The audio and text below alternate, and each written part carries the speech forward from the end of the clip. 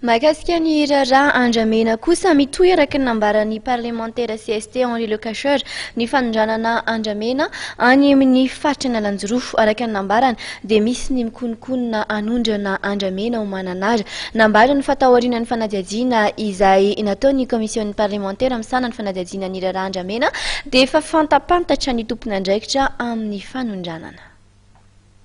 Ary ny fandray avy hatrany ahako tamin'ny chef de région mazava ho azy chef de région efa napetraka amin'izao fotoana izao ary izy io nanome information tamiko fa mitovy ny information azonay satria izy koa mba manana informateur any any mananara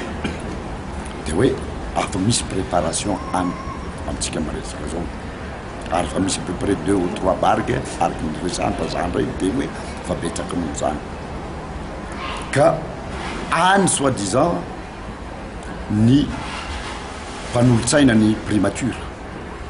zay soi-disant manaramaso nyreo banderose afa ny zavatra resahanjareo eto afa ny zavatra ataonjareo any zavatra zay mampalahelo raha misy amin'izao fotoana zao zay embarquement zany mandainga ny primature raha tsy au courant an'io eto dia miteny satria misy solotena anjareo any faritra mananara any manaramaso an'io ka mialatsiny ahako tokony hoe tsy azo ekena ntsony moa zany zavatra zany fantatra atsika zany ka eto mba dia manaitra mpitandro fanjakana ariky ny resahako taminareo mady hoe raha mipasy izao fanondramana inona moa izy ty fanondranana bolabola tsy ara-dalàna zao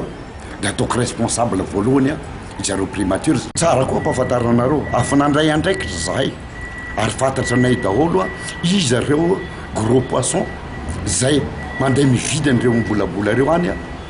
ary indrindrandrina mpanondrana ary karazana chef de mafia eto afananao nanome karazana afatra ary baiko zahay any amin'ny ministère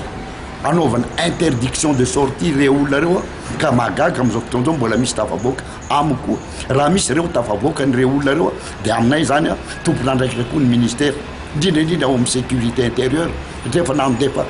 karazana hoe fampilazana zay hoe arrêté olona reto satria tsy azonay mbola afaka tsy afaka mamitany enquêtenay zany satria mbola ataony enquête olona reo nefa hitanefa mbola voaka ihany ka zay zavatra zay tsara mpahafantarany fitondrana mpanjakana fa mandray andraikitra zay na tiana na tsy tiana zany tsy maintsy ho fitainay io.